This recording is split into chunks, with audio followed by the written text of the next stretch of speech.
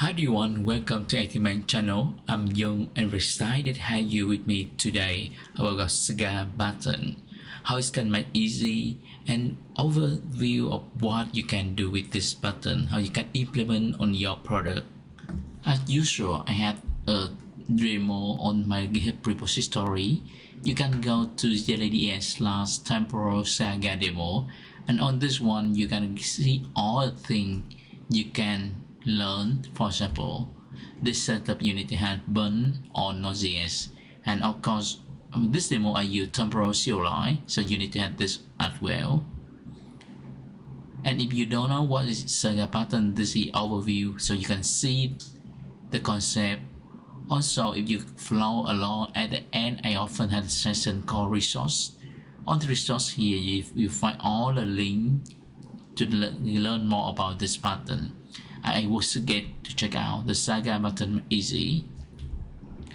And this is a good documentation from Temporal team. And you're gonna see this one is called Automating the Saga Pattern with Temporal. And just a few documents, but you can learn more about this concept. And today I'm gonna give you a big overview of what is the Saga Pattern, how you can find it useful on your product or on your daily working. For example, this is the diagram. The Saga Pattern is an architect design pattern, so it's not a design pattern. So what does it mean here? Which means design pattern is something you often find when you have common issue, and each pattern it will use for some use case. So for example, this Saga pattern here, the most use case is for ensure state consistently in multi-step and distributed within transaction. So think about this case. If you receive the order, you have the order services, and then you have the payment services. When someone made the order and then it success, it goes to execute payment for the order, and then it will trigger another event for get order item from inventory service, and then you had another service for delivery order. So each step here is in a sequence, and you need to make sure the state consistently, which means if something fail, you need to catch the error, and you had a way to fall back to previous state. For example, if you fail on delivery, it will return the item to sender and revert the order status. Or the case, if you get item from inventory and if you don't have that one, for example, it's send a message to the system say out of stock or and reverse order status. So this is the common use case. Another good documentation I will suggest is the Saga Pattern from Bye Go newsletter. So I reopen here, and you're gonna see this one is just published recently at the time I'm recording this video, and you can learn all the thing about the pattern. However, it's in a buy service, so you need to buy become a buy subscriber, or you just want to learn this one, you can get a free account on 7 days.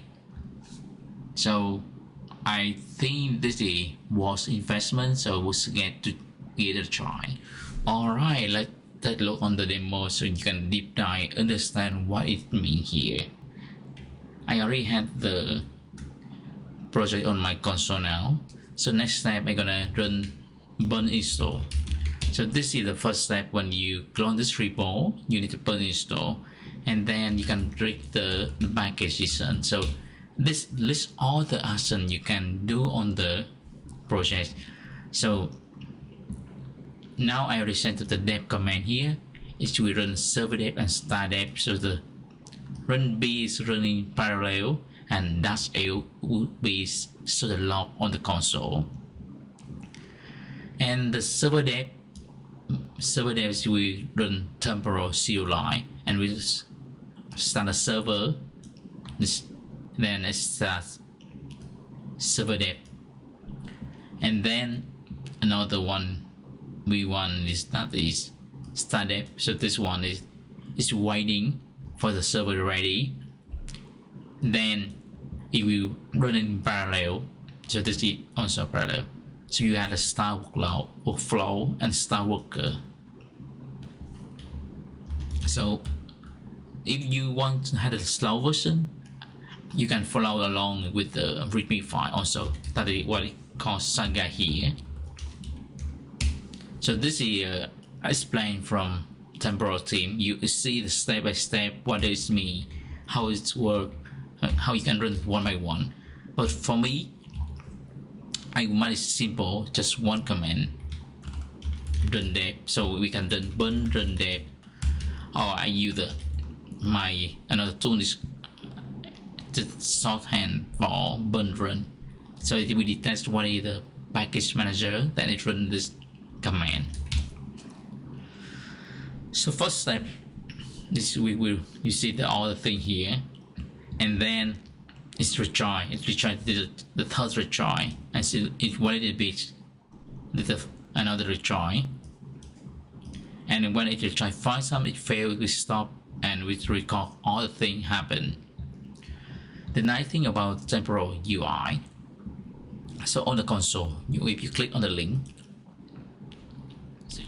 what do you love about Temporal UI? How it visualize all the things you want about the event between from start to the end. For example, this workflow. If you click on the link from workflow ID, and you can see here the input, what is the data you sending to the services, and what is the output.